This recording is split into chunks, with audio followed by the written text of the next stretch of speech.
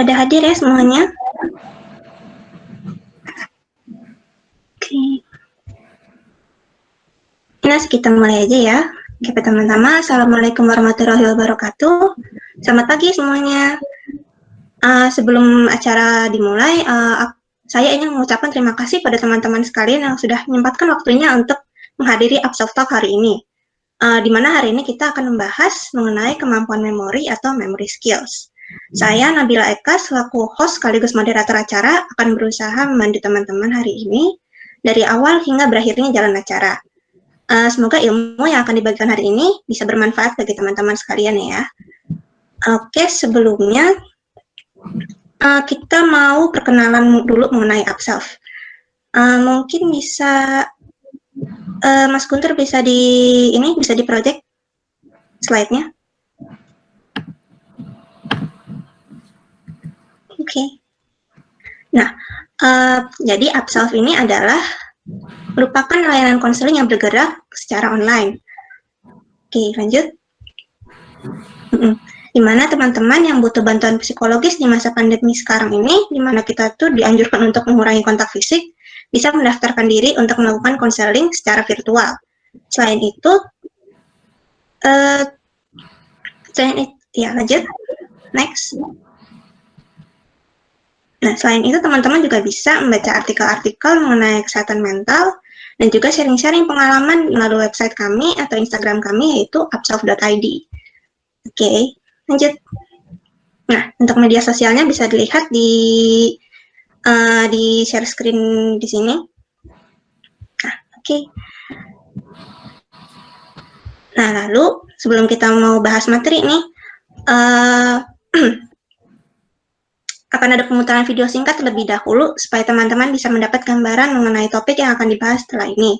Jadi tolong diperhatikan ya. Oke, Mas Guntur tolong di play ya videonya.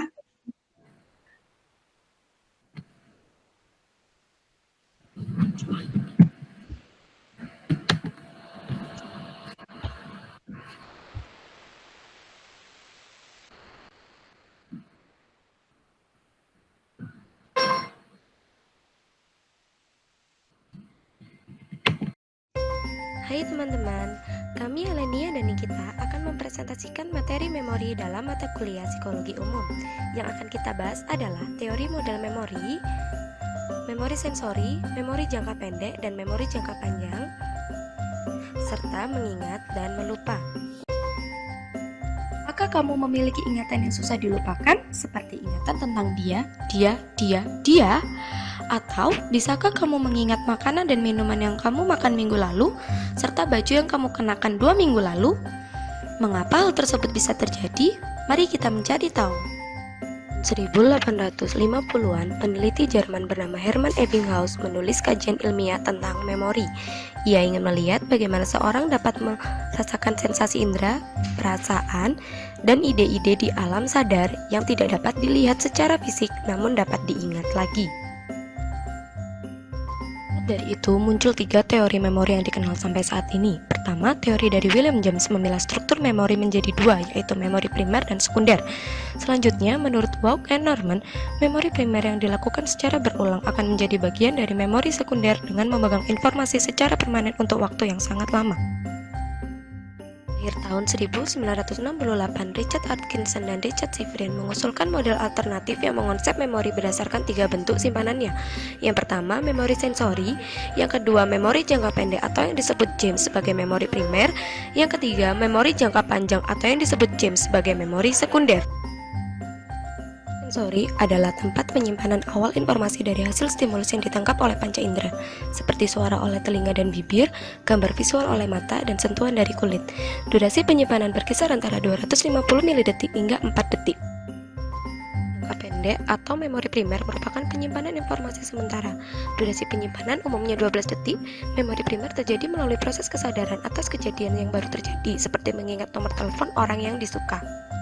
Jangka panjang atau memori sekunder memiliki kapasitas penyimpanan yang tidak terbatas. Sebagian besar berisi pengetahuan visual yang bermakna dalam hidup, seperti ingatkah kamu kenangan yang paling berkesan bersama mantan?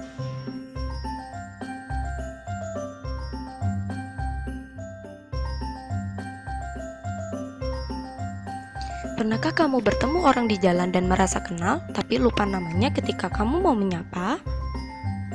Atau pernahkah kamu sudah belajar semalaman untuk ujian besok, tapi saat ujian kamu lupa jawabannya? Kelupaan yang pertama adalah kegagalan penyajian, gagal memasukkan materi ingatan ke memori jangka panjang. Yang kedua, kegagalan konsolidasi, yaitu hilangnya memori akibat gangguan organik saat pembentukan jejak memori, dan kegagalan pengambilan, ketidakmampuan menemukan isyarat memori dalam pengambilan memori. Kita akan membahas beberapa cara untuk membantu meningkatkan kemampuan mengingat. Yang pertama, teknik mnemonik, yaitu suatu teknik yang meningkatkan penyimpanan dan pengambilan informasi dalam memori. Yang kedua, metodologi, yaitu mengasosiasikan objek tertentu dengan tempat tertentu. Selanjutnya adalah metode kata kunci, mencari kata yang mirip pelafalannya, membangun citra pada kata tersebut, lalu mencari hubungan antar kedua kata tersebut. Selain itu, ada teknik-teknik verbal. Teknik-teknik verbal ini terdiri dari akronim dan akrostik. Jadi, demikian adalah presentasi mengenai memori yang dapat kami sampaikan. Semoga bermanfaat. Terima kasih dan sampai jumpa lagi. Nah, gimana videonya? Sudah ada gambaran kan kita mau bahas apa? Mohon maaf sebelumnya tadi suaranya agak double ya, agak gemak. Jadi mungkin nanti linknya bisa kami sebarkan ya untuk supaya kalian bisa masing-masing nonton videonya. Nah, di materi kali ini kita akan membahas tentang manajemen memori. Seperti misal jenis dan perbedaannya, lalu juga ada macam-macam jenis fungsinya, lalu gangguan apa yang bisa dialami dan berdampak pada bagian memori kita. Dan akhirnya akan dibahas mengenai cara-cara melatih kemampuan memori kita agar lebih baik dan jadi lebih awet. Nah, untuk detail selanjutnya, mungkin akan saya serahkan langsung saja ya ke pembicara kita hari ini. Pembicara kita hari ini adalah seorang konselor psikologi yang bekerja di bidang pendidikan dan anak-anak remaja, khususnya pada anak berkebutuhan khusus. Nah, beliau merupakan aktivis remaja, Kepala Sekolah PAUD Anak Hebat AHE tahun 2010, Ketua Majelis Taklim Al-Muhairi 3 periode, Pengurus Yayasan Al-Mukhlisin Gaperi 2010, Humas Yayasan Al-Alawiyah Cilebut sampai sekarang, Humas Yayasan Istana Yatim Bekasi tahun 2009, owner Bimbel B, lembaga psikologi konselor terapi sekarang, trainer motivator terapis sampai sekarang, dan woman entrepreneur sampai sekarang, owner Toro Production. Lanjut. Lanjut. Nah, beliau juga menuliskan buku 3 peran inspirasi dunia pendidikan, juga pendongeng wanita sekaligus dengan manajemen wirausaha, dan berikut adalah kontak informasi dari beliau. Ada Facebook, ada Instagram, dan ada WhatsApp. Oke, lanjut. Bidang training yang Ibu melakukan di bidang anak dan umum, lalu juga pendidikan formal dan non-formal, lalu ada parenting, dakwah, terapi, UKM atau kewirausahaan, dan ada keuangan dan investasi. Lanjut. Oke, lanjut. Nah, berikut adalah foto-foto kegiatan Ibu saat melakukan kegiatan, terutama training dengan anak-anak berkebutuhan khusus, seperti membantu pendidikan ataupun kehidupan sehari-hari mereka. Nah, oke lanjut. Nah, berikut adalah sertifikat beliau. Lanjut lagi. Nah, berikut adalah bimbel B atau bimbel anak berkebutuhan khusus yang dimiliki oleh Ibu Tati Mistati. Oke, lanjut.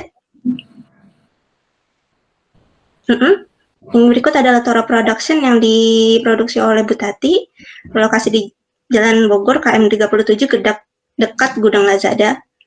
Lanjut. Nah, berikut adalah brosur mengenai pelayanan yang diberikan oleh pembicara kita hari ini. Oke, langsung saja ya. Lanjut. Ya. Oke, saya langsung persilakan saja ya kepada pemateri kita hari ini. Saya persilakan Ibu Tati Mistati.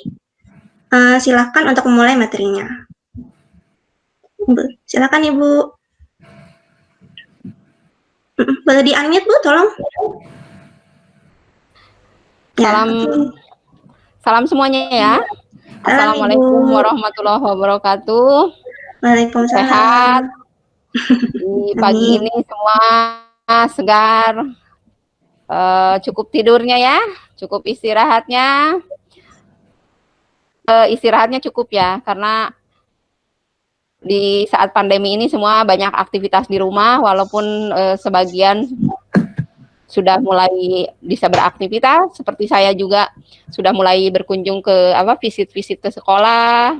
Di tempat saya pun sudah mulai membuka pelayanan psikologinya. Saya ucapkan terima kasih kepada APEP yang sudah memberikan kesempatan waktu dan kita akhirnya bisa bertemu di sini. Di saat orang lain melakukan weekend, berpiknik ria, ataupun ya masih ada yang di tempat tidur, kita akan sharing-sharing sesuatu yang memang sangat penting psikologi itu, terutama di saat pandemi. Banyak sekali yang harus kita pahami bagaimana di saat pandemi ini mengisi hari-hari yang kita jalani, menjaga kesehatan kita, itu yang paling penting ya.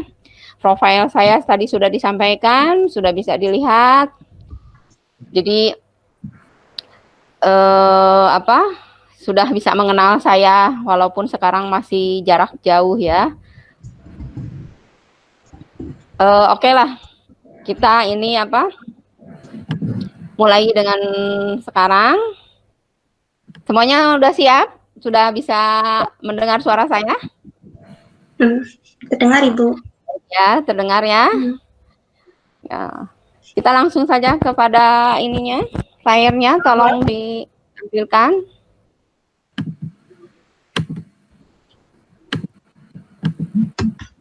Ya, managing short and long term memory ini berkaitan sekali ya dengan yang namanya apa yang ada di isi otak kita atau isi kepala kita. Memori jangka panjang dan memori jangka pendek. Bisa kita lihat dulu next bagaimana definisinya. Jadi memori jangka panjang tempat menyimpan pengetahuan atau informasi. Lebih utamanya atau lebih sekali melekat di memori jangka panjang adalah semua kejadian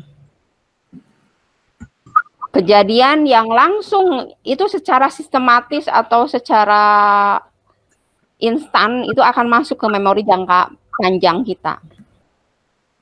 Kalau definisi memori jangka pendek itu kerjanya bersifat sementara. Nanti akan saya kasih contoh-contohnya ya. Ini pahami dulu perbedaannya antara memori jangka pendek dan jangka panjang. Yang sifatnya sementara itu, saya ambil contoh sedikit. Kita tadi pagi makan dengan nasi uduk atau dengan nasi goreng, itu tersimpan ya, langsung masuk ke jangka pendek. Dan besok ditanya lagi, kemarin makan sarapan pagi apa? Kita bisa jawab nasi goreng. Itu contohnya. Untuk jangka panjang, penyimpanan yang permanen, pagi tadi saya terjatuh sampai patah kaki. Atau tadi pagi saya menerima telepon dari pacar. Pokoknya hari ini saya dengan kamu. Nah, itu masuk ke memori jangka panjang. Ketika pacar mengatakan ingin putus, ditambah lagi dengan mengirimkan foto-foto dengan pacar barunya. Sudah masuk satu kata putus ke dalam memori jangka panjang, masuk lagi sebuah gambar yang membuat memori jangka panjang menyimpan. Nah, dua kejadian memori jangka panjang dan jangka pendek ini, salah satu masuk menembus ke hati dan pikiran kita. ketika yang jangka pendek itu hanya makan nasi goreng, itu sudah cukup di hati kita, itu sesuatu yang menyenangkan, happy. Jika rasanya tidak enak, masuklah anxiety. Anxiety itu kecemasan, masuk juga dengan kekecewaan. Nah, tapi ketika diputuskan oleh pacar, masuk lagi ke dalam hati. Di sini tidak ada yang namanya sakit hati ya, tidak ada. Dalam psikologi itu tidak memakai kata istilahnya sakit hati. Tapi di dalam hati ini langsung masuk suasana emosional kita. Nanti di akhir akan ada materi tentang emosional. Begitu di hati kita masuk, kata putus, tidak menyenangkan, sedih, marah. Happy pun sebenarnya itu harus ada, happy. Karena dengan putus apa sih, dengan happy kita akan mengalami suasana baru lagi. Nah di situ. Jadi dua kejadian jangka panjang dan jangka pendek itu berbarengan pun, 6 emosional itu seharusnya kita miliki. Tapi di situ kita tidak bisa mengecek karena tidak memakai managing atau memanage memori jangka pendek dan jangka panjang. Jadi di saat kejadian, nah di sini ada gangguan-gangguan. Gangguan jangka pendek, gangguan jangka panjang. Itu kan akhirnya seperti anak berkebutuhan khusus, itu jelas dari medis ya, dari fisik, dari medis. Bagaimana dengan yang gangguan jangka panjang, depresi, akhirnya harus direhabilitasi di rumah sakit kesehatan jiwa. Jadi sekarang ini sudah mulai diterapkan kalimat-kalimat positif ya. Seperti lembaga psikologi itu sekarang udah banyak ya. Jadi bukan hanya sekedar kita menyebutkan rumah sakit jiwa, bukan. Di sana ini sekarang kita harus memahami rehabilitasi kesehatan jiwa. Jadi dokternya juga dulu sangat terasa menyeramkan, namanya dokter jiwa.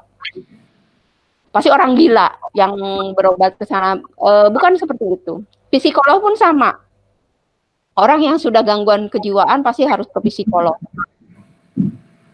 Kita harus memahami segi dari kedokteran.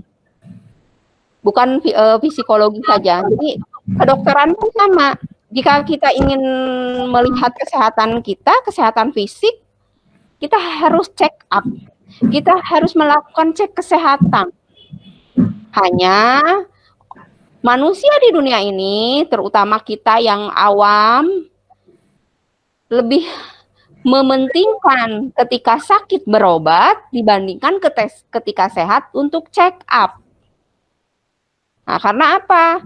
Kalau sudah check up biasanya terlihat penyakit-penyakitnya semakin menjadi pikiran. Sebenarnya tidak. Penyakit apapun, baik fisik maupun baik fisikis atau psikologi, itu semua bisa diantisipasi, bisa kita jaga.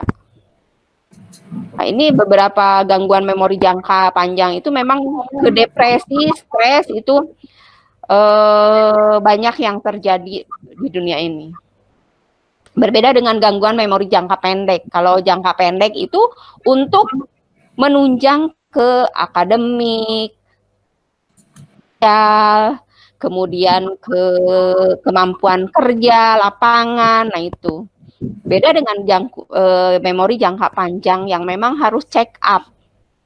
Kalau jangka pendek, itu kaitannya nanti dengan IQ genetik juga.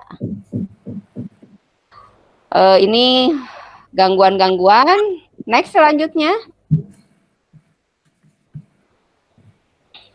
Ini contohnya, nama istilah-istilahnya. Jadi kalau ketika didiagnosa, nama-namanya seperti ini. Nah, di sini udah saya berikan contoh-contohnya, masih banyak lagi contoh-contoh gangguan-gangguan memori jangka panjang. Dan memang kenyataannya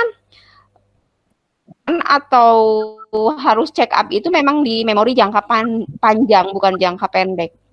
Jadi yang harus di-manage, kita itu harus menjadi manajer atau memanage pengaturan memori adalah diri sendiri, bukan orang lain.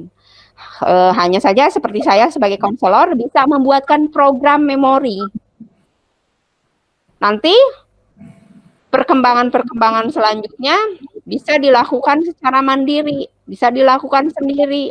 Seperti sekarang di saat pandemi ini, bagaimana kita memanage waktu, memori jangka panjang kita supaya di saat pandemi ini produktif, positif, aktif, tidak hanya terus dengan online, chatting gitu. Jadi ada yang harus kita lakukan.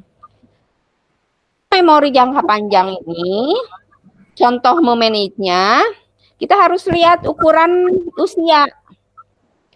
Nah, contoh usia di sini pembawa acara ini Nabila, usia berapa Nabila? Misalkan 20, usia Nabila 21, Bu. 21. Nah, ini harus dicek up. Usia 21 ini memori jangka panjangnya sesuaikah atau tidak? Kalau tidak sesuai, itu harus dilakukan program-program untuk penyesuaian. Usia 21 ini ada gangguan di neurologisnya kah? Atau tidak? Jadi jangan sampai usia kronologis 21 tapi mengalami defisit atau mengalami penurunan kemampuan neurologis.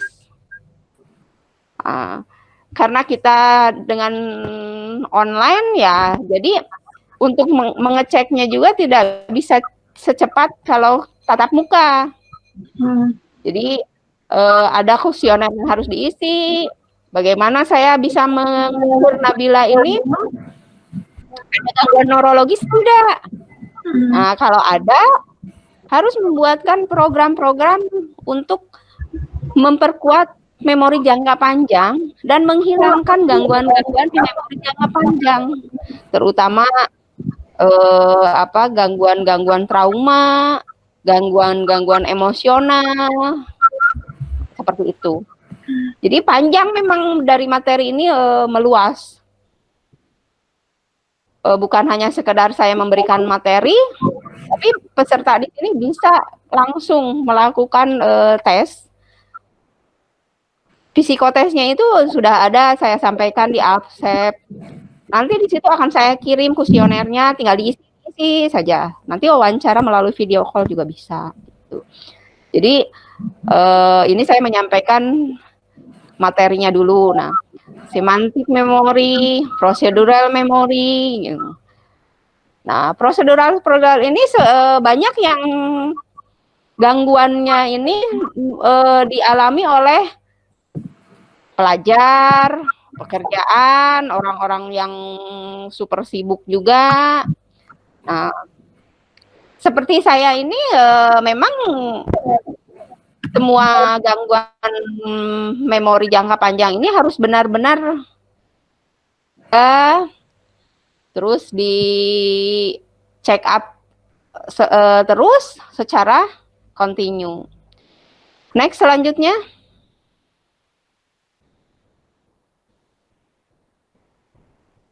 Masih contoh ya, seperti memori autobiografis. Nah, ini di dalam diri kita ini memori jangka panjang ini harus bisa menyimpan bagaimana kejadian saat bayi kita, masa kecil kita.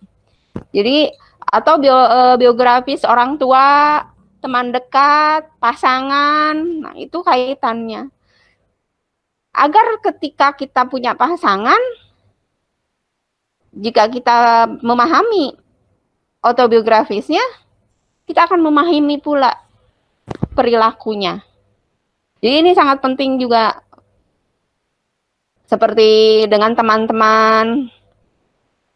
Jadi bukan berarti orang curhat itu, ada teman dekat, curhat masa kecilnya dulu seperti ini, bukan berarti Kita hanya menjadi pendengar saja. Bantulah teman-teman kita untuk mengembangkan memori jangka panjangnya.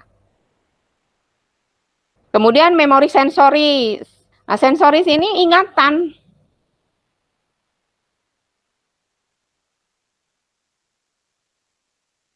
Kita baik tangan, mata, visual, auditori.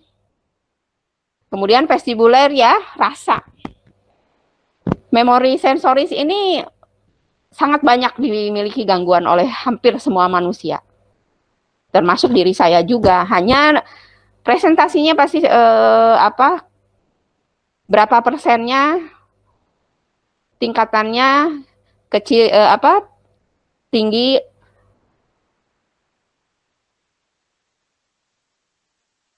Nah, ini gejala sensori ini bisa terdeteksi dari usia 2 tahun. Jadi jika punya adik ataupun diri sendiri, cek sensori. Ini mungkin ada orang yang bisa melihat ketika kita ngobrol ya, kita berhadapan, orang pandangannya kemana saja. Nah, itu berarti ada gangguan sensori di visual. Akhirnya bertambah lagi ke gangguan psikologi lain. Gitu. Untuk sementara ini saya lihat Nabila masih bagus sensori visual dan auditori ya yang saya lihat. Vestibulernya saya belum cek. Nanti harus cek lagi. Banyak yang harus. Jadi ada 7 sensori juga. Nanti panjang lagi penjelasannya. Nah, ini 2 ini yang paling sering gangguan. Grafis dan memori sensoris. Dan yang paling tingkatannya tinggi itu berat adalah sensoris. Jadi untuk sementara ini saya melihat Nabila visual auditori oke lah. Tinggal vestibuler, sensoris, taktilnya. Psikologinya memang ada 7. Jadi yang mudah dipahami kan visual dengan auditori ya. Yang sensoris lainnya harus dilihat. Kadang kita melihat berjalan orang. Kenapa itu jalannya ada yang jinjit, terus ada yang jalannya tuh sudah di pinggir tapi dia pasti ke tengah lagi. Kita tanpa sadar kita berteman itu ngobrol sambil jalan, kita udah di pinggir, tapi tiba-tiba terseret ke tengah lagi. Nah, itu ada gangguan. Itu namanya ini gravitasi ya. Nah, walaupun dengan fisiknya dia sudah sempurna, tapi itu sensori itu ada. Karena pasti teman-teman sekolah ada yang di kampus-kampus juga anak mahasiswa seperti itu. Nah, jadi 2 ini yang sangat berat ya dibandingkan yang tadi saya sampaikan sebelumnya. Fotobiografis juga ini bisa membuat kita depresi. Ada beberapa di kampus-kampus yang sudah saya tangani ya. Sensorisnya juga sama. Jadi ketika awal sebelum depresi itu kan pasti ada sesuatu yang mengganggu kejadian-kejadian di memori jangka panjang. Seperti ketika trauma, kemudian dari trauma akhirnya stres, susah tidur, gelisah, tidak mau tersenyum, tidak mau tertawa. Jadi emosional yang nanti akan saya sampaikan ini ya, itu kita harus miliki semuanya dengan kapasitas seimbang, balancing. Jadi tidak ada yang timpang, minimal balancing, seimbang semua. Tapi kalau sama antar manusia itu tidak mungkin ya, karena manusia menciptakan, Allah menciptakan manusia itu berbeda-beda. Nah, next. Nah, ini melatih sebagian yang bisa kita latih, contoh-contoh sedikit ya. Memori jangka pendek dan melatih memori jangka panjang. Jadi kalau jangka pendek ini udah saya buatkan aktivitas yang bisa melatih memori jangka pendek. Nanti definisinya akan terpecah lagi, fokus dalam satu hal pada waktu yang sama. Kegiatannya apa? Stimulasikan dengan permainan. Nah, permainannya seperti apa? Misalkan Nabila kan sudah usia 21. Tidak mungkin dengan permainan memakai gundu atau memakai permainan-permainan anak di bawah usia 21. Nah, usia 21 permainannya apa? Melukis. Di saat melukis itu boleh kita mengembangkan apa yang disebut isi hati kita, kejadian kita. Misalkan Nabila melukis pacar saya cakep, pakai kacamata, tapi dia nyebelin. Nah, di saat kata menyebelin ada di memori jangka panjang, gambarlah burung bahwa menyebelinnya itu sangat menyenangkan. Nah, itu yang disebut stimulasi dengan permainan. Kemudian gunakan semua panca indera. Nah, bagaimana kita harus menggunakan panca indera? Di saat wajah, kita harus selalu setiap hari itu, atau minimal jangka pendek 1 minggu.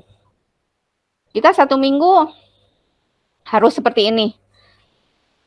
Tersenyum, tertawa, sedih. Nah, kita bisa melihat cermin. Jadi kita juga harus mengontrol.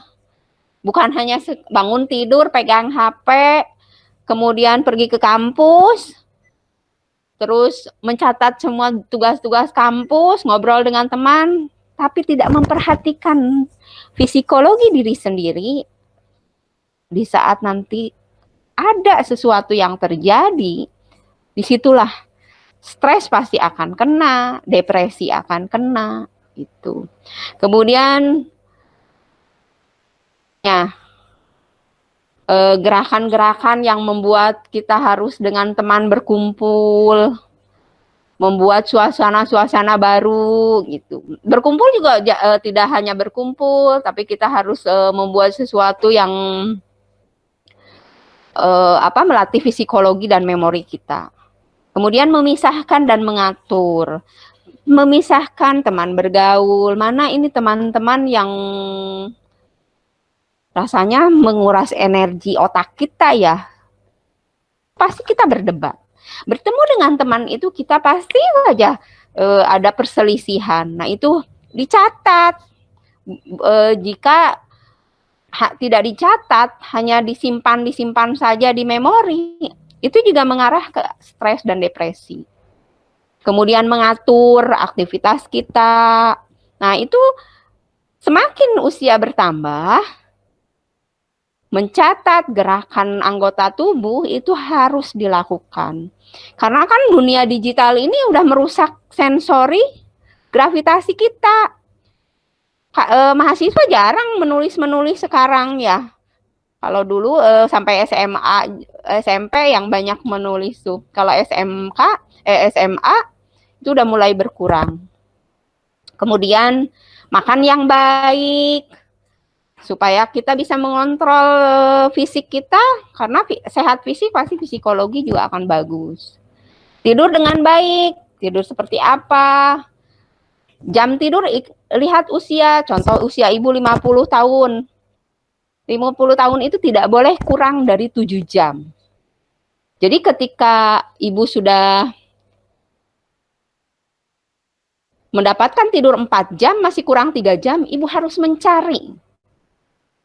Seperti apa, baik di kendaraan ataupun di suatu tempat.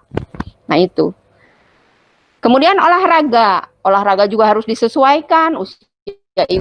Nah, usia 21 untuk Nabila bisalah dengan olahraga tenis, olahraga badminton. Tapi yoga itu perlu juga. Yoga itu dari usia anak-anak sampai usia lanjut sangat bagus karena di situ melatih pernafasan dan gerakan kelenturan tubuh. Berbeda dengan bulu tangkis ya atau badminton tuh lebih menguras di area kaki. Jadi olahraganya harus memilih sesuai dengan tingkatan usia. Kemudian memori jangka panjang. Ini tidak dapat dilatih. Tapi aktivitas rutin agar panjang ingatan. Itu. Jadi lakukan setiap hari ini apa? Untuk melatih ingatan itu bukan karena tugas kampus harus ada yang dihafal ya? Tidak. Sama dengan pekerjaan itu nanti kita dapat, kita harus aktivitas yang membuat panjang ingatan. Kemudian memperbanyak membaca program hariannya itu harus benar-benar ya, harus diprogram. Itu jadi kalau memori jangka panjang nggak bisa dilatih. Itu harus membuat sebuah program harian, mingguan, bulanan, agenda semester, tahunan itu. Next selanjutnya. Ya, yang angka ini adalah rahasia kami psikologi ya, tidak bisa disampaikan ke publik apalagi kepada seseorang pun. Nah, di sini 8 emotion shift itu harus dicek melalui kuesioner yang saya kasih. Nah, silahkan yang peserta menginginkan itu bisa melalui absen, secara online pun bisa, tatap muka pun bisa, karena memang kalau psikologi ini tidak klasikal ya, pasti individual, hanya satu orang, tidak bisa melakukan dengan klasikal. Ini yang ke-1, depression, happiness, jealous, anxiety, anger emotional, calmness emotional, apathy, fear. Nah, tapi tingkatan yang paling berat itu adalah di depresi. Ini kaitannya kalau sudah di depresi harus dengan obat. Dan akan ditangani 2 sampai 3 orang.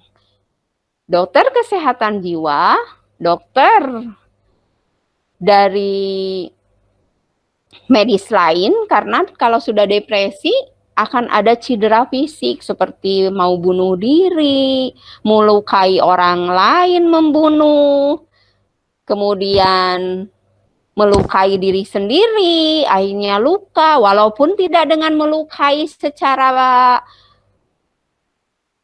memakai benda seperti menyayat, pakai pisau atau kaca. Minimal dia melukai dirinya dengan tidak mau makan, tidak mau tidur, tidak mau ketemu orang. Nah, itu tingkatan yang paling berat. Nah, yang ketiga itu akan ditangani oleh psikolog atau konselor seperti saya. Nah, yang ketiga ini banyak nanti yang menangani. Dari konselor, kemudian psikolog, kemudian terapis. Yang pertama ini balancingnya di setiap individu itu harus ada. Kita ini harus ada depresi, tapi presentasinya harus seimbang dengan yang 7 lainnya. Happiness itu kan kebahagiaan, kesenangan. Nah, bahagia dengan senang berbeda, ya. Nah, jadi happiness nih, kebahagiaan ini harus dimiliki juga oleh manusia agar bisa mengimbangi ke depresinya. Kemudian biasanya nih kalau kebahagiaan orang udah tahu definisinya bahagia itu seperti apa. Ya, dikasih kado, Nabila dikasih hadiah di saat ulang tahun oleh pasar pasti bahagia. Tapi tidak melihat depresinya. Depresinya seperti apa? Tiap malam kadonya diliatin, tiap hari diingat kadonya apa, itu yang akan jadi depresi. Kemudian jealous, kecemburuan. Ya, orang kalau dengan pasangan, dengan teman itu cemburu itu memang itu sesuatu psikologi yang bagus. Bukan berarti orang kalau cemburu itu nyebelin, saya mah punya pacar tuh cemburuan. Kesini nggak boleh jalan dengan teman laki yang lain dicemburuin. Itu bagus, hanya kita bantu bagaimana mengolahnya. supaya ke depresinya juga seimbang, kebahagiaannya seimbang. Anxiety, kecemasan. Kalau orang tidak punya kecemasan, berarti dia juga ada gangguan emosional. Kita ini harus ada kecemasan, tapi harus mengimbangi yang 3. Jadi terus dari 4, terus kemudian anger, kemarahan. Dari 5 ini harus bisa mengimbangi yang 4 lagi.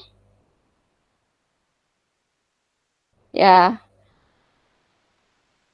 Nanti mungkin di pukul 11 ya kita ada sesi tanya jawabnya. Saya selesaikan sampai jam 11 materinya. Dari kecemasan, anxiety, anger, kemarahan. Orang pasti semua pahamnya hanya kebahagiaan dan kemarahan. Di 8 definisi emosional ini, yang namanya marah, semua orang tahu. Nabila kalau marah seperti apa? Banting pintu, cemberut. Nah, itu yang terlihat orang marah. Jadi, boleh terbuka, silahkan saja marah dengan cemberut, banting pintu. Tapi nanti efeknya akan ada, yaitu ke depresi, kebahagiaannya itu akan ada presentasinya. Seperti itu. Mayoritas orang kalau di jalan macet juga sama. Bawa motor diselip, orang marah, teriak, sampai keluar bahasa-bahasa ragunannya atau bahasa yang tidak pantas gitu kan. Nah, kasih tahu oleh orang tua sebagai anak muda, marah pasti. Itu jadi energi emosional kita ini lebih banyak di kebahagiaan dan emosional, cuma 2 itu. Akhirnya di saat mengalami depresi yang presentasinya berat, bukan di ringan lagi, langsung naik ke berat karena tidak pernah check up. Beberapa di biro ataupun beberapa di sekolah ini sudah mulai banyak check up guru-gurunya. Setelah saya di Sinar Indonesia sebagai konsultannya ya, itu guru-gurunya sudah melakukan psikotes dengan saya. Kemudian di beberapa perusahaan-perusahaan yang di bidang retail ataupun di bidang UKM itu udah dengan saya. Jadi antara atasan dengan bawahan bisa sinergi menyeimbangkan skor emosionalnya. Di kalangan kampus tuh sebenarnya bagus, apalagi sudah ada AFSEP ini, sudah bergabung saja. Lakukan psikotes dengan saya, nanti bagaimana pengembangan di kampus dengan teman-teman yang baru bertemu ataupun teman-teman yang sudah lama. Nah, kebanyakan memang di tingkat nomor 2 dengan nomor 5, kebahagiaan dan kemarahan yang dipahami oleh semua manusia. Yang lainnya mah pokoknya kalau udah ada gejala ngomong sendiri, nggak bisa tidur, terus tertawa-tawa, itu depresi. Baru langsung ya datang ke biro psikologi ataupun datang ke rumah sakit gitu. Sebenarnya enggak, ini juga sama. Jadi AFSEP itu bisa menyampaikan ke seluruh orang bahwa psikologi itu kebutuhan di saat kita sehat dan tidak ada masalah. Kemudian calm ini diamnya orang. Diamnya seseorang ya. Ada orang yang pendiam, nggak diajak ngomong ya nggak bicara. Itu. Tetapi jika depresinya, kebahagiaannya, jealousnya, anxiety-nya, anger-nya seimbang, jadi kalmnya, diamnya itu akan menjadi produktif dan menjadi positif. Tidak menjadi kalem yang pasif, kalem yang tidak produktif. Seperti itu. Kemudian apati. Itu ini cuek. Orang lain teman-temannya udah nikah, dia cuek saja. Sekolah ya sekolah, kerja ya kerja. Teman-temannya udah punya usaha, udah bekerja, ya cuek saja. Udah lulus sarjana ya diam saja, nggak melamar kerja. Melamar juga paling gitu-gitu aja. Asik dengan di dalam kamar, nah itu juga udah harus selalu di apa di. Nah, APT ini sangat tidak banyak orang memahami, sehingga banyak lulusan sarjana tapi tidak bekerja. Orang-orang yang sudah produktif, sudah sukses tapi tidak menikah. Nah, seperti itu. Fear, ketakutan.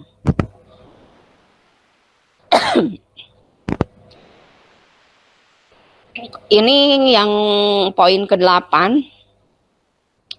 Sangat sekali dimiliki semua orang. Tingkatannya sangat berat. Manusia di ini mayoritas banyak rasa takut. Ya, contoh sekarang pandemi corona ya. Saya sambil minum dulu ya.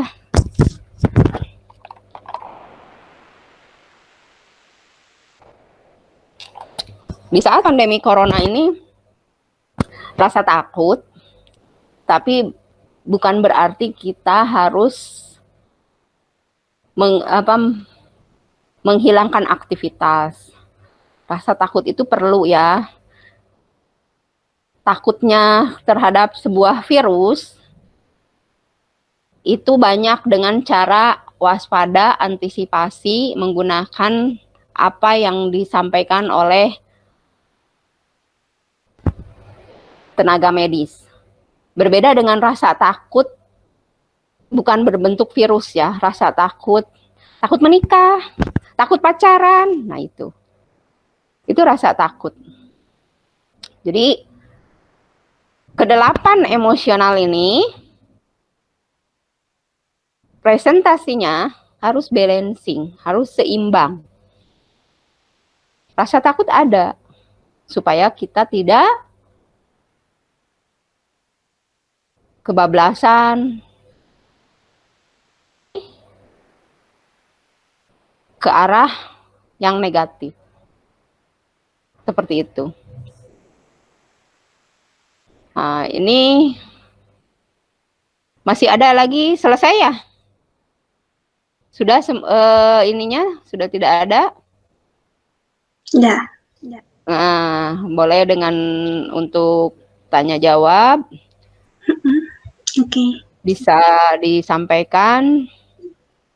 Mungkin itu yang bisa saya sampaikan untuk materi hari ini. Berikan kepada Absep. Oke, terima kasih Bu Tati atas materinya. Oke, sebelumnya berhubung tamu lain sudah datang, ini Mas Ahmad Rohani dari Mega Suara TV ya. Halo Mas Ahmad.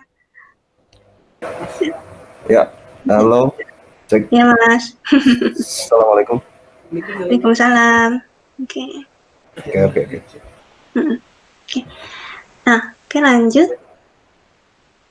Oke, jadi tadi ternyata dari materinya kita bisa simpulkan ya, ternyata memori itu ada 2 macam, ada jangka pendek dan jangka panjang. Lalu juga ternyata emosi itu juga bisa berkaitan dengan memori. Seperti misalnya tadi, kayak perasaan kecewa atau juga bahagia. Nah, lalu yang biasanya tuh yang diperiksa tuh ternyata memori jangka panjang.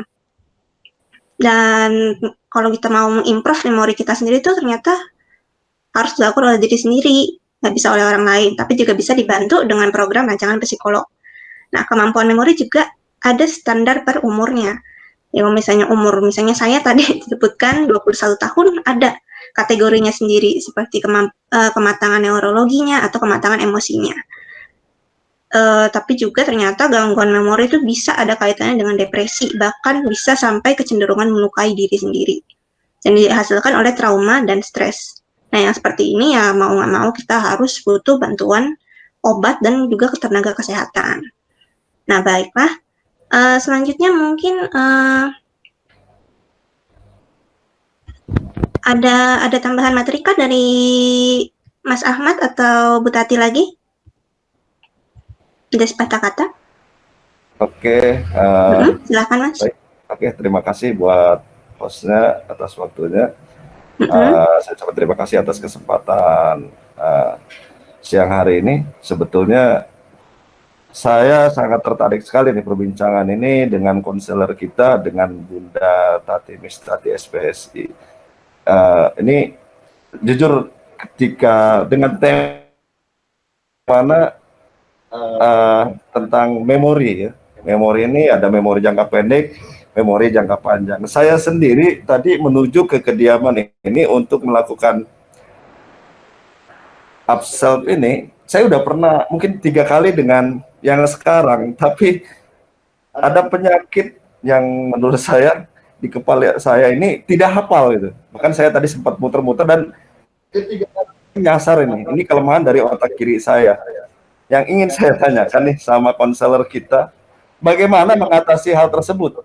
Karena kelemahan saya di otak kiri nih. Kalau otak kanan, insya Allah saya dominasinya lebih ke otak kanan. Ini otak kiri untuk menyembuhkan hal tersebut minimal tidak terlalu banget. Ini sangat parah kalau menurut saya. Mungkin kira-kira seperti itu. Bunda, silahkan dijawab, Bun. Iya. Tadi sama itu, sama hostnya langsung. Ya, baik. Itu tadi kan saya sudah menyampaikan ya tahapan memanage memori ini. Maaf Pak, ini Mas Ahmad nih usia berapa? Oke, untuk usia ini 36. 36 ya. Nah, kronologisnya 36. Kalau nyasar melulu, itu berarti bukan sekali 2 kali kejadiannya. Cenderung ada yang harus dicek, yaitu kemampuan neurologisnya pasti ada permasalahan. Tapi kalau untuk nyasar-nyasar itu sebenarnya hal wajar ya. Tapi kalau keseringan di usia 36 itu sebenarnya usia otak kanan kiri yang produktif, belum ada gangguan neurologis dan gangguan kronologis sebenarnya. Tapi karena ceritanya Mas Ahmad ini sudah mengalami kejadian itu di usia 36, kita harus cek emosional yang 8 kali. Ya, 8 kali. Pertama, untuk menghilangkan setiap kita akan bepergian, kan sekarang sudah dengan set lokasi, tapi tetap harus menyasar. Jadi, keahlian dalam melihat mapnya itu kita harus tahu. Masih tidak paham, aduh saya juga nih. Mengatur maps. Saya juga agak bukan orang yang ahli kayak supir Grab car ya. Supir Grab car juga pernah nyasar juga. Karena itu mapsan juga mengandalkan sinyal. Jadi dari 8 ini harus dicek. Depresinya tuh tingkatannya seberapa? Happiness-nya berapa? Nah, saya kasih contoh dulu ya. Kalau nyasar-nyasar itu indikasinya sebelum saya cek secara detail, kebahagiaannya terlalu tinggi. Jadi senang begitu diadakan sesuatu tempat senangnya dia. Kenapa itu yang membuat senang? Tingkatan yang membuat senang nomor 1. Contohnya adalah bisa jadi ada permasalahan dalam berumah tangga atau perkawinan yang sangat membuat bahagia atau membuat sedih. Kemudian pekerjaan yang ada perubahan. Nggak tahu kalau tempat lain masih suka nyasar ya. Kalau kesini tiap nyasar, perubahan bertemu dengan orangnya. Karena dengan saya psikologi, jadi kebahagiaan berbeda dengan kalau misalkan orang pengusaha, orang politik. Nah, itu. Jadi indikasi pertama ada kebahagiaan terlalu tinggi presentasinya, tidak mengimbangi emosional yang disebut. Ini kalau perjalanan yang alamat itu ada di 8. Rasa takut itu harus ada. Ini ada rasa takut. Jadi itulah kalau ada rasa takut telat itu pasti diprogram sebelum atau sehari sebelum. Karena tidak ada rasa takut telat, tidak ada rasa takut dimarahi oleh ibu dan adik, bahagianya ketinggian ya jadi sangat.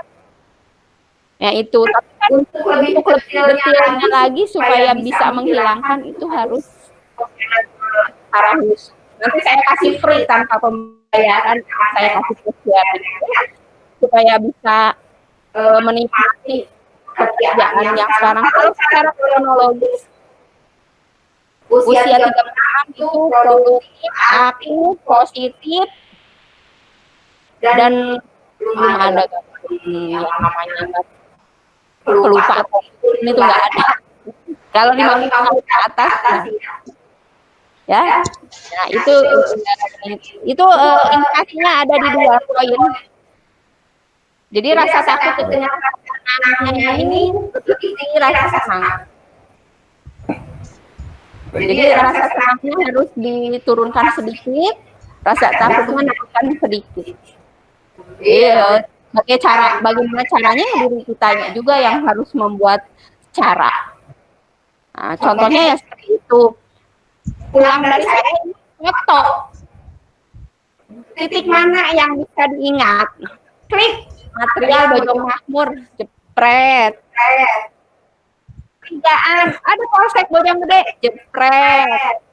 Gitu. Sama kayak juga kalau parkir di tempat yang luas, anak saya tahu sendiri. Saya pasti lupa. Tapi harus di mana? Saya 50 tahun ke atas.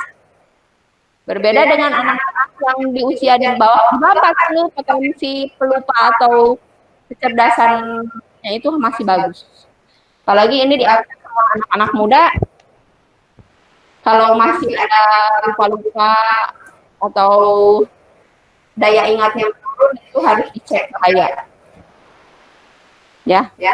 Mungkin itu bagaimana, Mas Aman? Baik, oke. Itu luar biasa sekali itu 98% mengenai ada suatu kebahagiaan yang berlebihan, dan saya sebenarnya tidak pernah mau repot karena mengandalkan tadi itu GPS, cuman karena saya bukan dari Grab, bukan tukang ojek online gitu yang terbiasa dengan rute, ternyata emang ke kediaman itu menurut saya mengandalkan GPS ini agak kesulitan karena banyak lika-likunya gitu Bun. Sebenarnya itu. Tadi berbicara masalah kebahagiaan terlalu berlebihan mungkin ya karena saya merasa tadinya saya akan tepat waktu gitu loh Bun ke sini. Karena dari sana udah 2 kali, masa ketiga kali wah ini saya percaya sama Google Map-nya ya seperti itu. Itu 98% luar biasa. Kira-kira seperti itu. Masih boleh bertanya lagi nih, host? Iya. Silakan, Mas. Sambil nunggu yang lain ya. Okay. Oh iya, teman-teman juga boleh nanya ya. Ini aja tolong sebut nama aja ya di chat atau enggak boleh open mic tapi izin dulu di chat ya. Oke. Sekarang boleh lanjut Mas Ahmad pertanyaannya. Oke, terima kasih Nabila. pertanyaan yang kedua yaitu terkait apa? Kalau sedih itu kan sifatnya sementara ya, bahagia juga tidak terlalu lama-lama.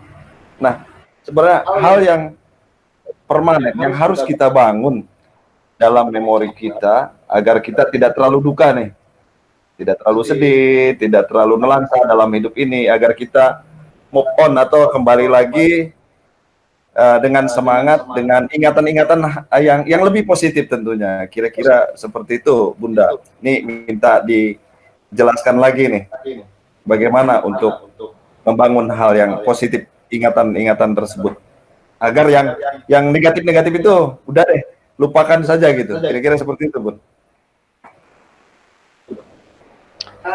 Baik ya, mengenai hal negatif yang harus dilupakan ini kan jangkauannya harus jangan dulu dari memori jangka panjang.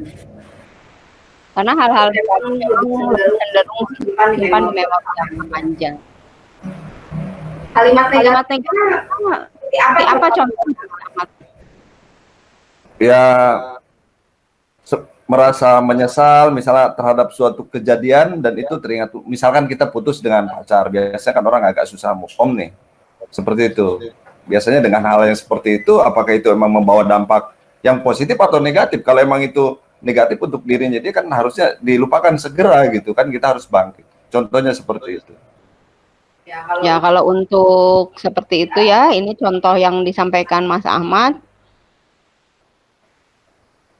Ini bisa dilihat kalimat negatifnya putus dari pacar sudah tersimpan di memori jangka panjang. Untuk yang namanya putus dari pacar, masuknya ini ke depresi. Jadi di poin emosional depresi tingkat pertama ini poin 1, memang bagian perceraian, putus dari pasangan atau dari pacar itu berarti ke depresi. Nah, untuk menghilangkannya dengan jangan happy dulu, tapi dengan anger atau marah. Itu harus diimbangi dulu dengan marah. Jadi kalau putus dari pacar itu imbangi dengan kemarahannya tidak terlalu banyak. Hanya marahnya seperti apa yang hindarkan dari marah itu supaya bagus. Hindarkan kejadian ini. Jika ada kematian anggota keluarga di saat kita putus, segera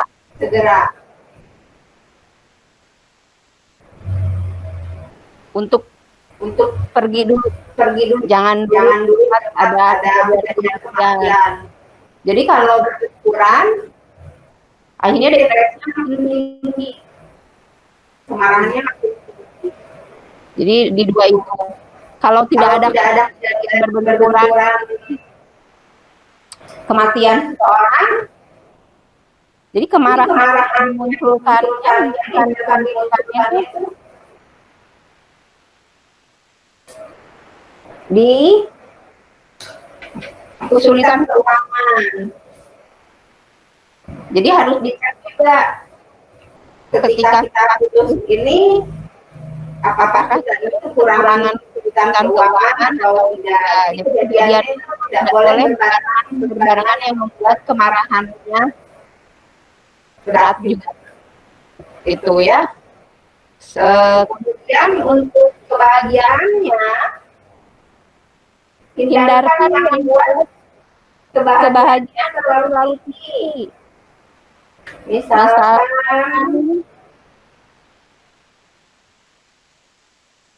rekreasinya. Jadi di saat dengan pacar itu tidak berlebihan rekreasi. Imbangi dengan yang disebut emosional cuek atau apatis. Nah, yang cuek ini bagaimana supaya cuek dengan kejadian pacar?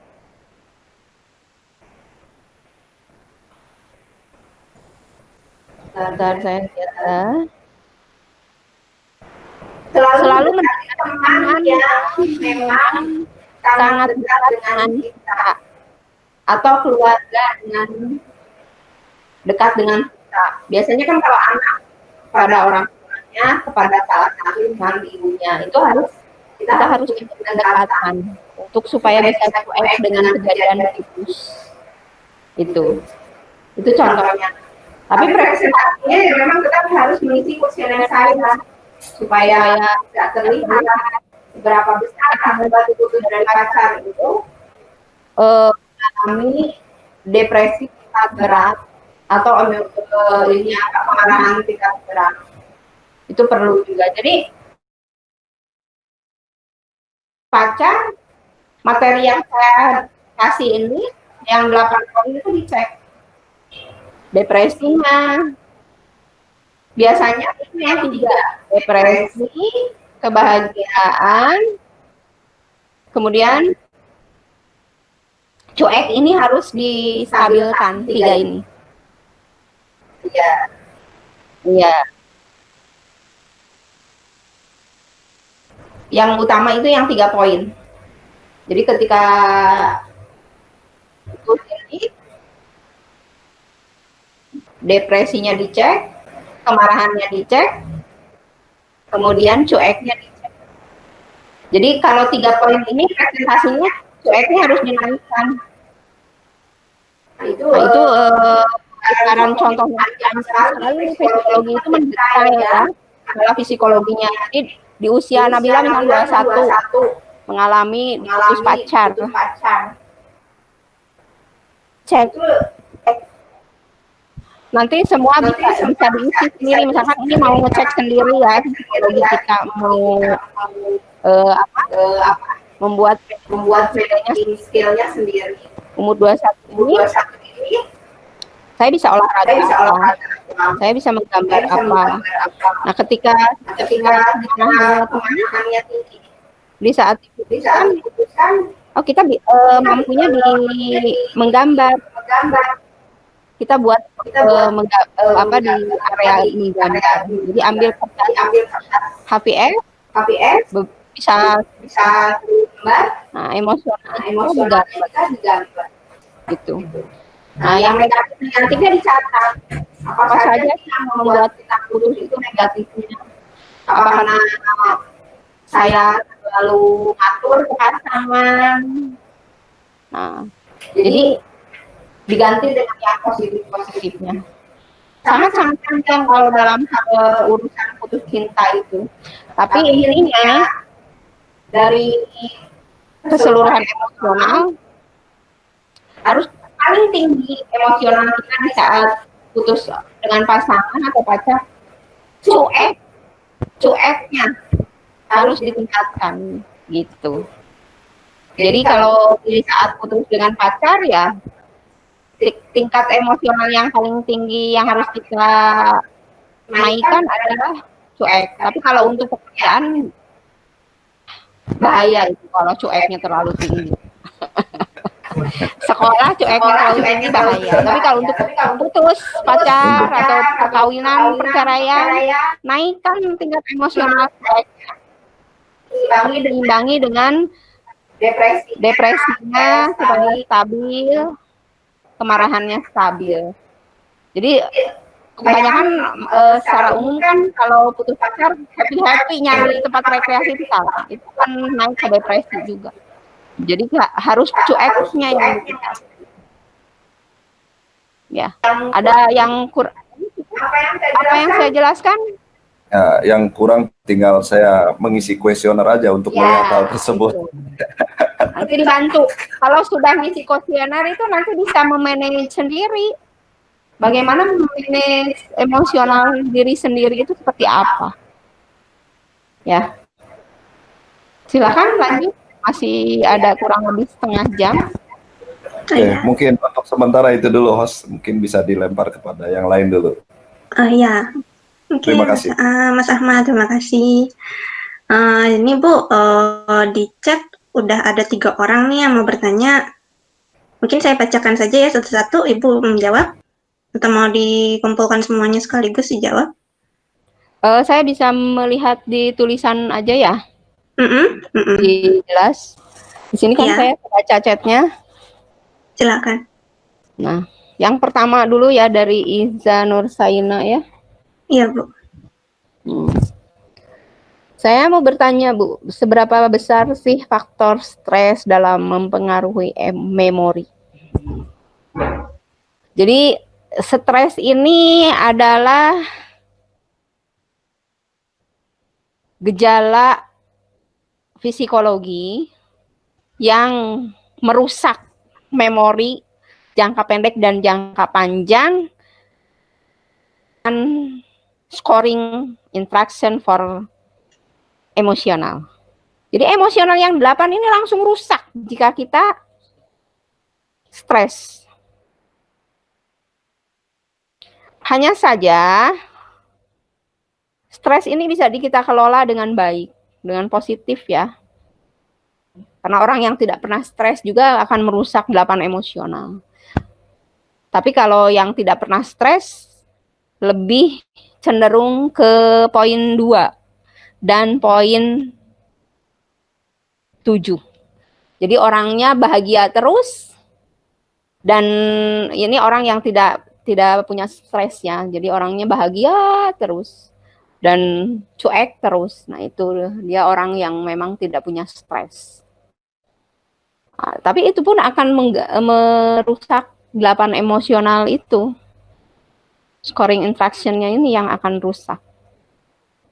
Jadi sangat berpengaruh besar ke memori jangka pendek, ke memori jangka panjang, juga ke scoring instruction-nya. Stres ini awal gejala, termasuk gejala awal dari depresi. Kan kalau depresi itu udah tingkatan dari setelah stres. Awalnya stres itu ringan, sedang, berat. Kemudian naik menjadi depresi ringan, depresi sedang, depresi berat. Dari depresi ini naik lagi. Akhirnya ke gangguan kesehatan jiwa, bisa sementara, bisa permanen. Permanen udah otomatis nggak bisa disembuhkan. Bisa disembuhkan. Tingkatannya seperti itu. Jadi stres ini ada hanya presentasinya hanya cukup 10% dari scoring interaction. Poin ini stres kita harus dicek. Apakah kita udah depresi, tertinggi di happiness-nya. Jadi dari 8 scoring-nya ini, scoring interaction-nya itu harus dicek. Ceknya ini minimal seminggu sekali. Apa kita ini ada stresnya atau tidak? Jadi kalau stres itu tidak bisa diungkapkan dengan kata. Orang kalau ini, aduh stres, tugas dosen belum selesai, stres, skripsi belum selesai. Nah, tidak seperti itu. Tidak seperti itu. Jadi stres itu akan terlihat dari tidak nyaman tidur. Berbicara jadi selalu gugup. Berbicara selalu ada yang salah. Makan rasanya kurang nikmat, kurang nyaman. Nah, seperti itu stres tuh.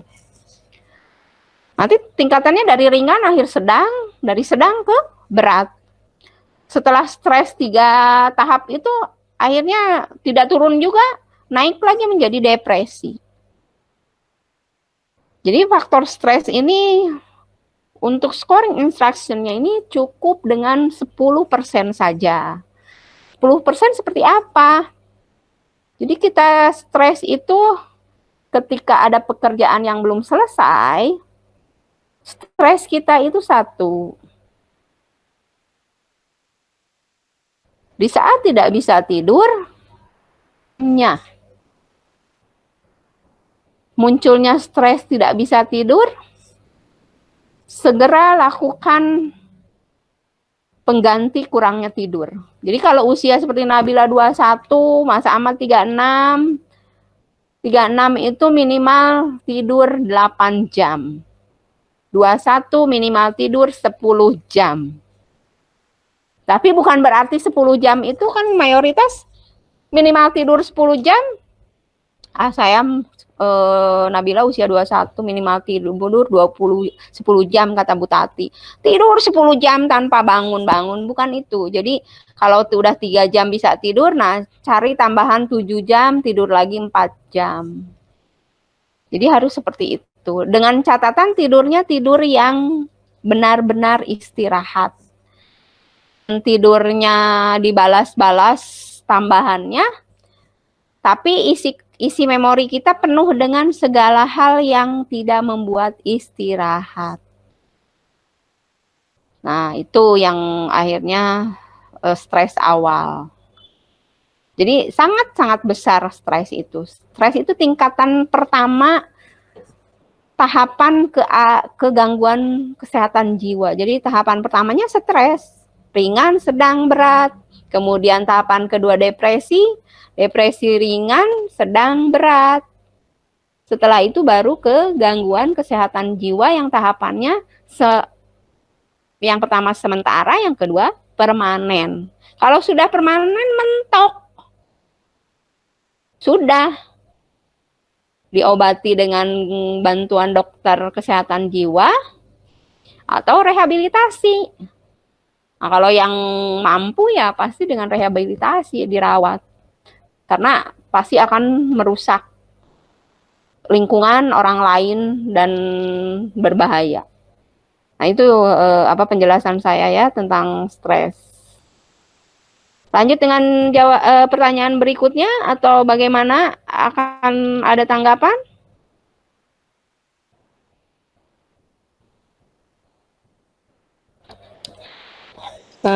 Saya lanjutkan dengan yang pertanyaan kedua ya. Saya pernah dari Kosasih ya.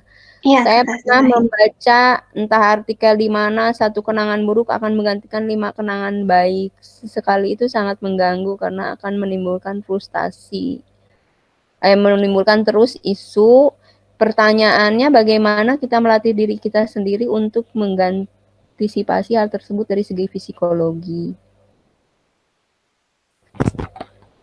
Jadi kalau ini kaitannya ya, kenangan buruk akan menggantikan 5 kenangan baik. Ini adalah sebuah artikel motivasi, bukan secara klinik atau kalau dari segi psikologi itu bagus. Ini kalimat motivasi ya. Tapi secara realnya kenangan buruk itu walaupun dengan hal apapun, tergantung bagaimana seseorang mengelola, itu tidak bisa digantikan dengan kenangan lagi yang baik. Pengecualiannya yaitu bagaimana mengelola memori. Karena kenangan buruk itu pasti tersimpannya di memori jangka panjang. Kenangan buruk itu tidak mudah untuk dikeluarkan dari jangka panjang. Ya contoh saja seseorang yang istilahnya sudah ini ya, karena sekarang ini saya banyak menangani kasus-kasus pergaulan seks bebas ya, di tingkat mahasiswa khususnya. Itu ada yang sampai mau skripsi akhirnya bahkan selesai, tidak bisa lanjut, di DO oleh kampus, karena dia sudah melakukan hubungan seks bebas dengan pacar. Sampai istilahnya udah jelas bukan perawan ya. Nah itu kan jadi kenangan buruk. Apakah saya akan bisa menikah? atau ada laki-laki yang mau dengan saya.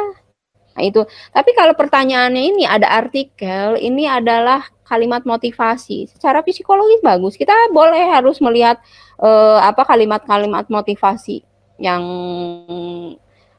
disampaikan beberapa blog atau beberapa media sosial ya. Jadi kenyataannya secara real manusia ini kan ada makhluk yang bisa mengolah itu diri sendiri, bukan orang lain. Orang lain ini sebagai sensor. Saya sebagai konselor itu sebagai sensornya untuk klien saya. Jadi tetap saja diri sendiri yang harus membuat manajernya atau membuat programnya. Melatih diri sendiri untuk mengantisipasi hal seperti itu ya dengan cara pahami yang 8 scoring instruction for emosional. Kita ini harus terus memantau 8 scoring instruction-nya itu bagaimana kita berinteraksi emosional kita di 8 itu. Jadi kenangan buruk ini kalau kalimatnya yang ditanyakan itu adalah kalimat motivasi. Kalau secara realnya silahkan bisa dicek. Misalnya Nabila. Ibaratnya pernah orang kan pasti ngomongnya saya pernah disakiti oleh pasangan gitu kan.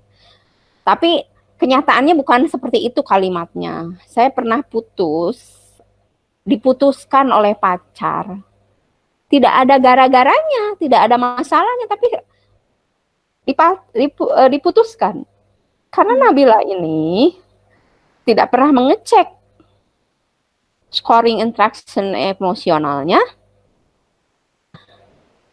menganggap hal buruk, sampai akhirnya mengarah ke stres. Sebenarnya diputus oleh pacar itu bukan hal buruk, karena ini adalah cerita hidup dan proses. Kita ini ya kalau berpacaran kita harus mengalami cerita proses pacarannya. Berbeda yang tidak pacaran, hanya ta'aruf. Tapi akan mengalami lagi cerita hidupnya di masa pernikahan. Jadi diputus pacar itu bukan hal buruk. Ya sudah diputus. Sebagai perempuan, terima kembali siapa yang menyukai kita, siapa yang mau dengan kita. Sebagai laki-laki ya cari lagi perempuan lain yang bisa kita inginkan. Kalau perempuan kan sifatnya begitu, menerima kedatangan, membukakan kunci-kunci cinta kita, kunci-kunci asmara kita, kunci-kunci jodoh kita, itu sifatnya perempuan. Kalau laki-laki, dia yang harus berjuang, mendapatkan pintu itu dibuka. Gitu. Melihat pertanyaan Kosasi ini adalah sebuah kalimat motivasi. Kalau realnya tidak bisa hal buruk itu akan menggantikan 5 kenangan baik. Harus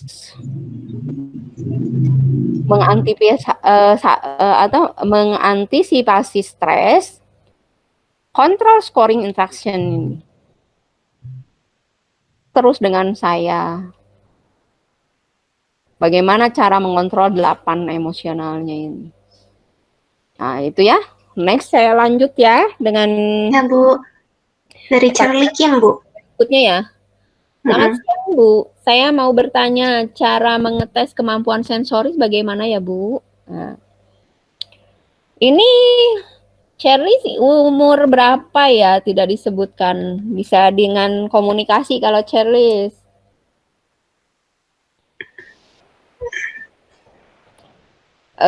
Misalkan saya kasih gambaran aja, misalkan usia 21. Oh, 22 ya, udah masuk ya. 22. Bagaimana cara mengetes kemampuan sensoris? Visual dan auditori, mendengarkan saya berbicara berarti bagus.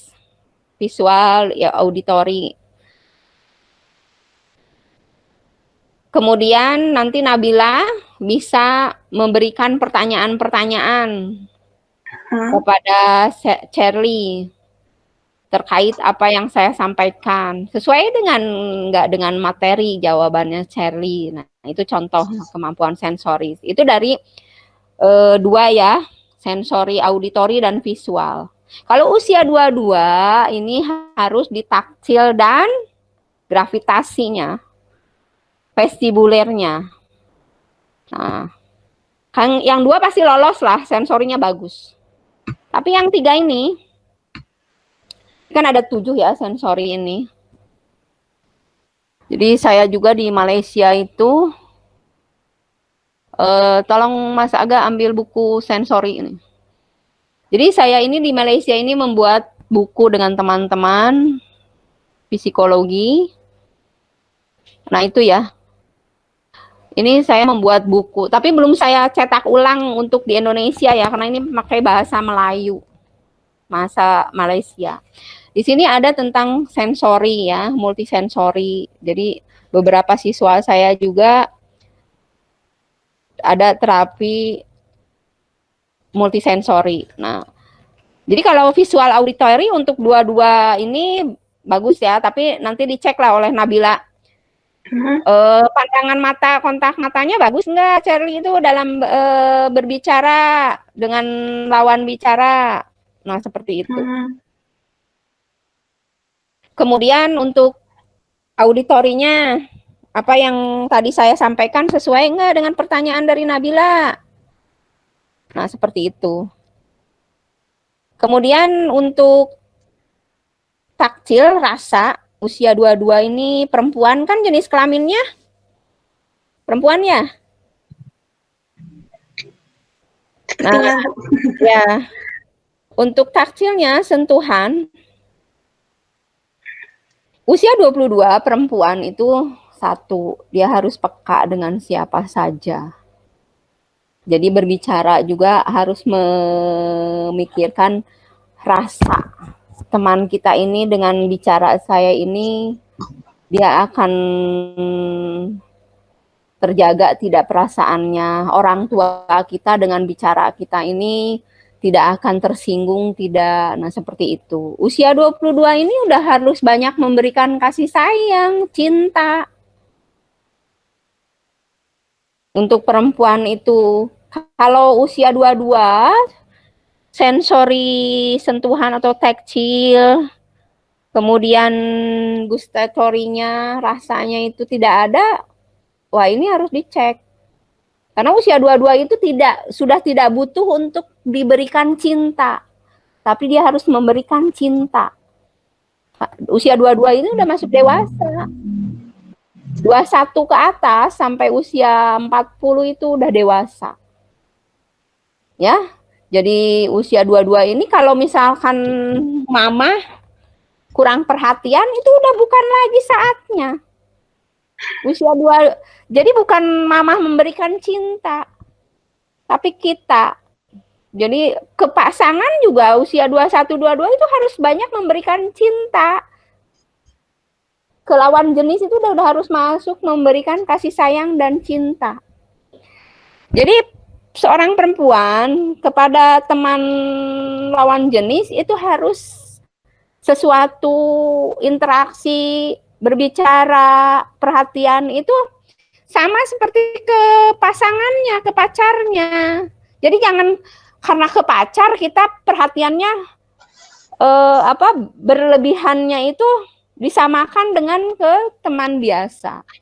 Mungkin kalau ke pacar itu bukan berlebihan ya dalam memberikan cinta, tapi porsinya itu ke menuju sebuah tujuan. Tuh, jadi kalau usia 22 itu udah harus ke 5 sensori lain. Jadi sensori itu ada 7. Yang pertama tadi visual sama visual dengan auditori. Yang 5-nya itu taktil, Pustabelori, kemudian olfactory, bau-bauan ya. Jadi bau-bauannya itu bukan bau parfum saja. Jadi dia bisa mencium bagaimana rasa diri kita ini supaya percaya diri. Supaya penampilannya selalu terjaga gitu. Ya, perempuan berbeda dengan laki-laki ya. Jadi harus menjaga style juga gitu. Itu yang harus dilatih. Sensori itu banyak. Kalau untuk visual dengan auditori usia 22 ya yang penting sudah bagus berbicara, mencerna bagaimana orang berbicara dan bergerak. Yang penting yang lain-lainnya lagi. Seperti itu.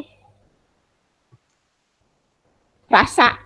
Jadi rasa cinta, rasa kasih sayang. Nah itu dilatihnya banyak kok. Jadi ngetesnya seperti itu, apakah kita ada rasa cinta tidak dengan orang tua kita. Jadi sudah tidak membutuhkan lagi perhatian dan cinta kalau udah usia 22. Jadi kita yang harus presentasinya lebih banyak. Di saat kita senang, kita harus berbagi kesenangan kita kepada orang lain ataupun orang tua, keluarga yang dekat itu. Ya mungkin itu latihan sensori banyak kok. Bagaimana kita harus melatih. Nah, sudah ya 3 pertanyaan itu? Iya, sudah Bu. Nabila atau ke Mas Ahmad untuk bisa ada tanggapan? Ya. Oke, mungkin untuk Mas Ahmad ada tambahan atau mungkin ada pertanyaan lain buat Bunda Tati?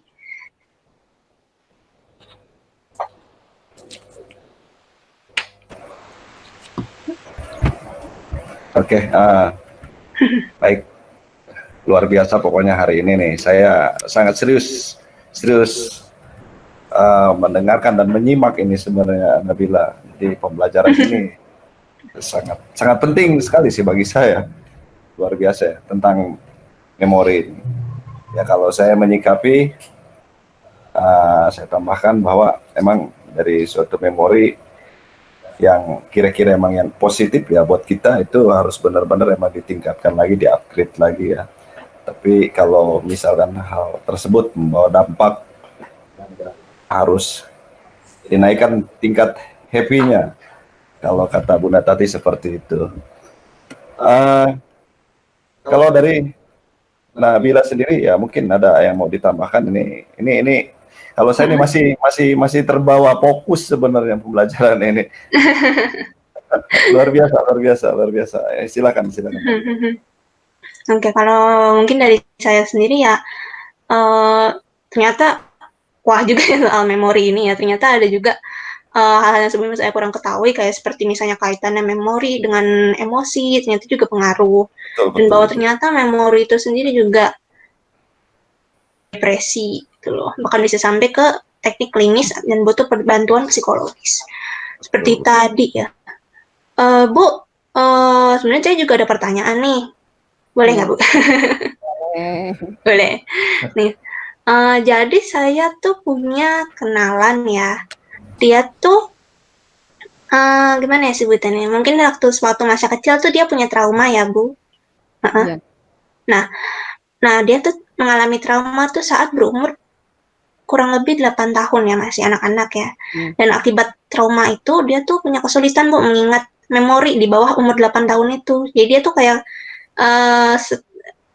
memorinya yang jelas itu hanya startnya tuh mulai dari umur 9 tahun, sementara di bawah itu agak kabur Bu. Itu kira-kira berpengaruh nggak sih antara trauma sama memori itu, ataukah itu termasuk seperti mekanisme pertahanan diri? Kayak seperti di psikologi itu, kayak dia tidak mau mengingat trauma yang dia alami sehingga tuh memorinya tuh memblokir aksesnya sendiri gitu Bu pada dirinya. Itu kira-kira bagaimana ya Bu? Sekarang usianya berapa? Sekarang seumuran saya Bu, 21 tahun. Jadi kalau kejadian di usia 8 tahun,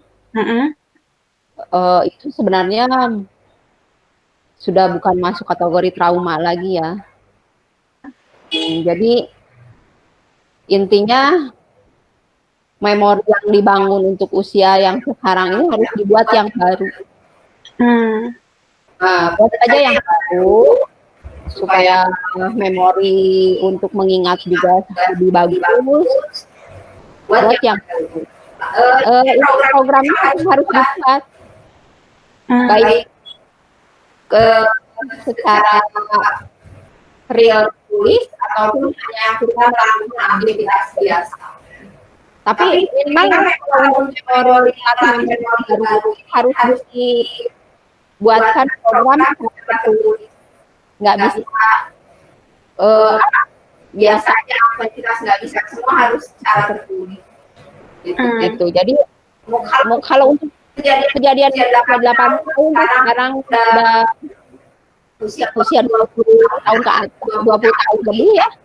Kemudian ada trauma seperti itu hanya terjadi gangguan daya ingat, itu udah bukan lagi trauma. Jadi harus membuat memori baru. Memori baru yang diprogram secara tertulis, kronologis usia dan kronologis usia itu. Jadi traumanya sudah ada, tidak ada dikait lagi. Jadi buatlah memori baru. Jadi oke Bu, terima kasih Bu sebelumnya. Tapi jadi itu berkaitan ya Bu, trauma tuh bisa mempengaruhi memori ya berarti Bu?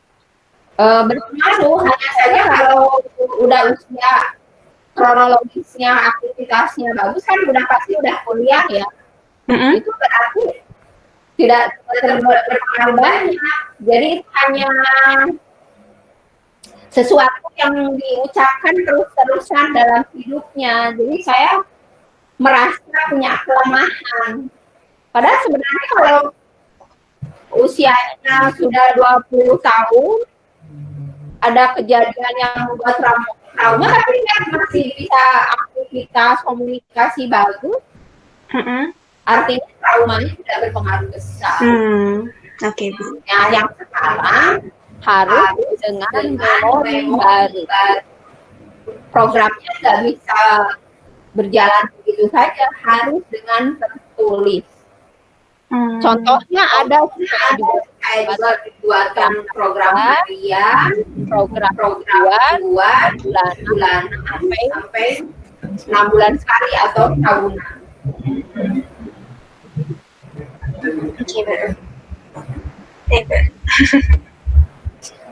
Ya memang kalau untuk perbincangan psikologi ini meluas, nggak bisa dengan 1-2 jam. Oke. Ya, karena yang namanya psikologi ya itu mengelola hidup manusia secara individual dengan sosial, itu sangat panjang, sangat panjang. Oke, terima kasih Bu. Ini Bu ada pertanyaan lagi Bu di chat. Mau saya bacakan kah? Dari Dwi. Saya baca ya. Oke. Biar lebih saya paham pertanyaannya. Oke. Saya mau kesulitan untuk membedakan arah dan kanan dalam waktu yang cepat. Gangguan memori juga. Jadi jika ditanya tentang arah, menurut saya menjawab kanan. Sedangkan tangan saya menunjuk ke kiri dalam waktu. Kalau bukan di memori, ini kaitannya di sensori. Banyak ini siswa saya juga. Jadi ketika dia berbicara gerak tubuh berbeda dengan cara yang diucapkan. Ini artinya keseimbangan sensorinya yang bermasalah bukan memorinya. Ya. Jadi dicek dulu sensorinya. Setelah itu baru dilihat kemampuan memorinya seperti apa. Itu. Jadi kalau di filenya ada seperti ini gejalanya, tolong dicek sensornya. Ya sama biasanya ya mengisi kuesioner saya dulu. Nah, beberapa pertanyaan yang saya ajukan sudah dijawab secara sesuai. Nah, baru terlihat gangguan sensornya apa. Kalau usianya sudah 20 tahunan ya memori ini sebenarnya tidak ada masalah, apalagi sudah bergabung di webinar ya. Pasti memorinya ini peserta di sini semua memorinya bagus-bagus. Hanya saja sensori yang mengganggu ke memori. Ya. Jadi kalau contoh seperti itu membedakan arah kanan, tapi gerakan kiri, berarti sensor, keseimbangan sensori. Ya. Oke. Untuk yang unik dari psikologi. Oke, Bu, terima kasih. Ya. Untuk Diva, apakah terjawab mungkin pertanyaannya? Mungkin kalau ada yang masih belum jelas bisa ditulis di chat ya tambahannya.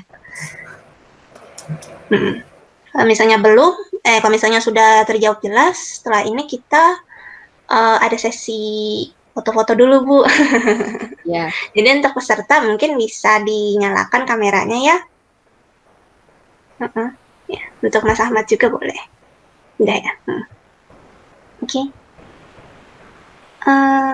Nah, oke. Teman-teman mungkin yang lain juga bisa ikut. Kameranya dinyalakan. Udah tambah. Sudah. Terus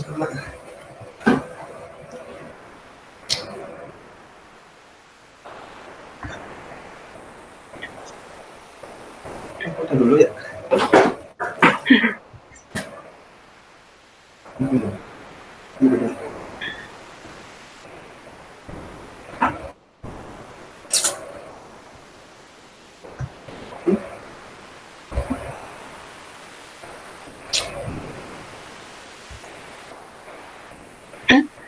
Ini yang lain. Kita tunggu ya. Ini ada Panji belum?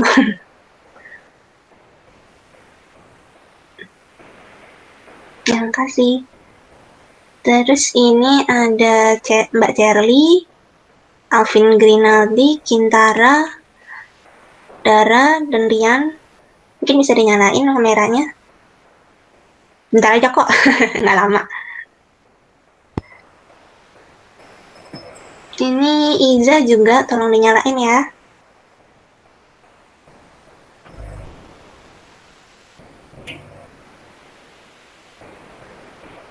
Aktif lagi.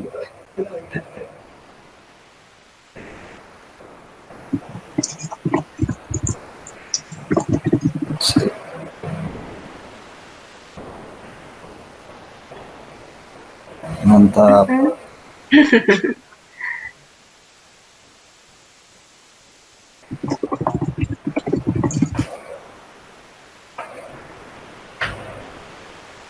Oke. Gimana Mas Guntur? Udah pada nyalain belum?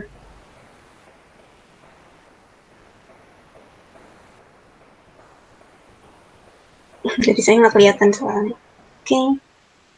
Kan kalau udah di capture tolong bilang ya.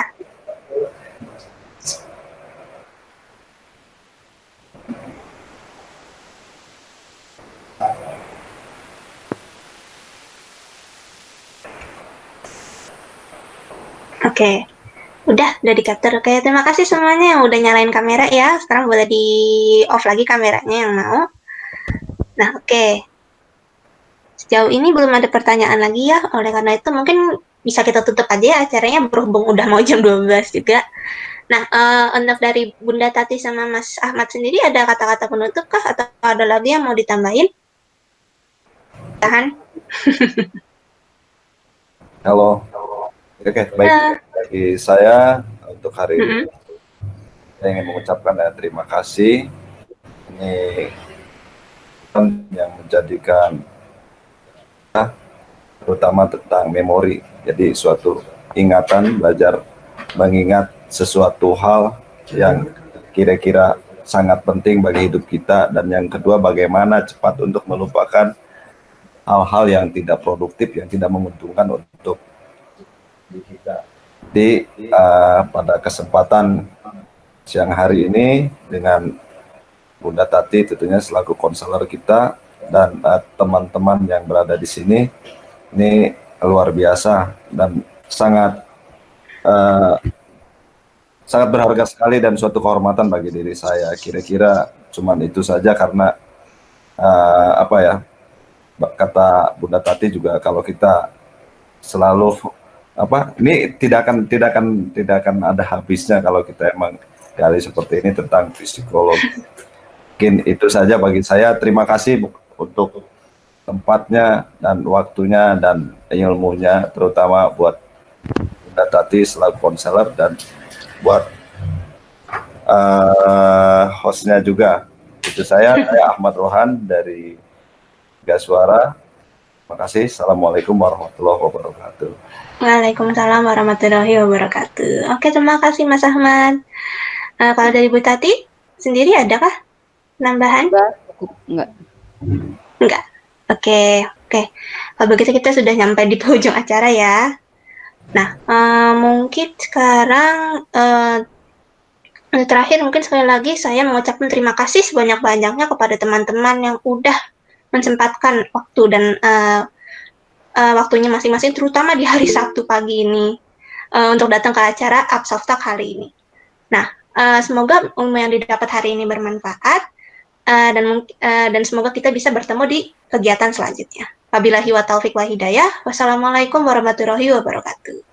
Waalaikumsalam. Baik, untuk para peserta sudah boleh dipersilakan ya untuk meninggalkan ruangan.